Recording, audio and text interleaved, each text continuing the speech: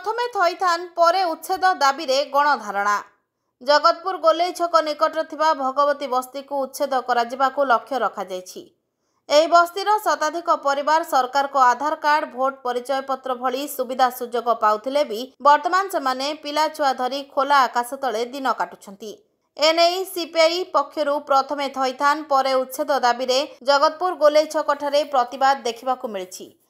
धारणा एठी जगतपुर आहार केन्द्र पछपटे दीर्घ 30 वर्ष धरी रहुथिबा भगवती बस्ती बासिंदा मानकु नै कि एठी धारणा दिया जाउछि।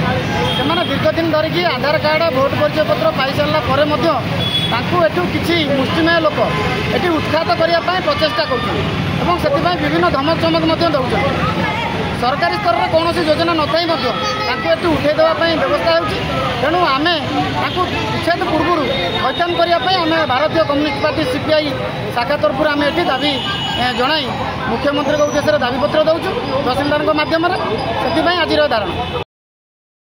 भारतीय कम्युनिस्ट पार्टी वरिष्ठ नेता उदय केशरी वर्मा नेतृत्व में राज्य कार्यकारी कमिटी सभ्य अमरेन्दु महांती, महानदी आंचलिक कमिटीर सभ्य प्रमोद प्रधान, युव नेता सुनाकर बराल, पूर्णिमा महांती समेत बहुदलीय कर्मकर्ता उपस्थित रही प्रशासन तुरंत थईथान करने को दाबी करिसेंति।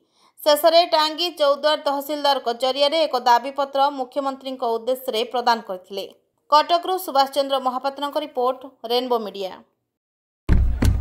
Please watch current updates in Rainbow Media. Subscribe our channel in YouTube. Follow us in Meta. For fresh updates, visit our webpage www.rainbowadisha.com.in.